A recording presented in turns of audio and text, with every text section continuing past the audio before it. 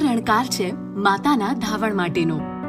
જન્મતા જ જો માતાનું ધાવણ મળી જાય તો એ પ્રથમ ધાવણનું ટીપું શિશુના સ્વાસ્થ્ય માટે અમૃત બની જાય છે.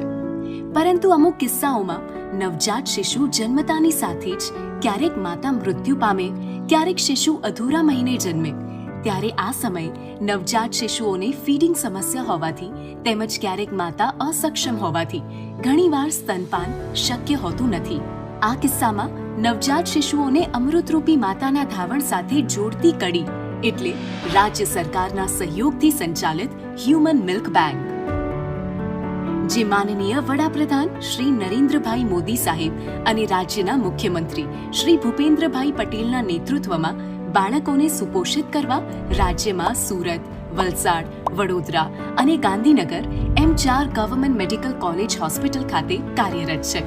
આવો જાણીએ સિવિલ હોસ્પિટલમાં જન્મતા જ નવજાત શિશુને નિઃશુલ્કપણે માતાના ધાવણથી પોષણયુક્ત કરનાર ગાંધીનગરની GMIRS સિવિલ હોસ્પિટલમાં કાર્યરત હ્યુમન મિલ્ક બેંક વિશે.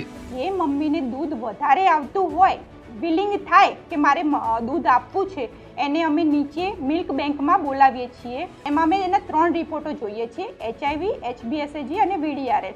જો એ રિપોર્ટ નેગેટિવ હોય તો અમે એનું ડોનેશન લઈએ છીએ અને ડોનેશન લીધા બાદ અમે ડીપ ફ્રીજમાં એનું કલેક્શન કરીએ છીએ, જે -18 થી -20 સેલ્સિયસ સુધીનું હોય છે. એ દૂધ અમે 6 મહિના સુધી સ્ટોર કરી શકીએ છીએ.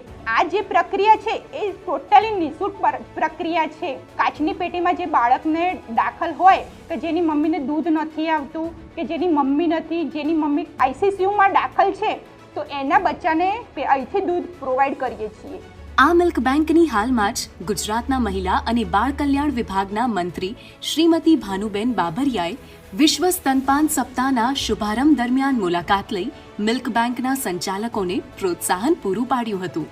રાજ્યમાં કાર્યરત હ્યુમન મિલ્ક બેંક અંતર્ગત અત્યાર સુધીમાં 15,820 માતાઓ દ્વારા મિલ્ક ડોનેટ કરવામાં આવ્યું, જેથી સિવિલ હોસ્પિટલના સ્ટાફની મહેનત અને માતાઓની જાગૃતતા થકી રાજ્યના 12,403 બાળકોને મળ્યું પોષણયુક્ત નવજીવન. માનું ધાવણ શિશુ માટે શ્રેષ્ઠ પોષણ. માનું ધાવણ શિશુમાં સંસ્કારોનું રોપણ. આ ઉક્તિને ખરા અર્થમાં સાર્થક કરી રહી છે ગુજરાતની હ્યુમન મિલ્ક બેંક.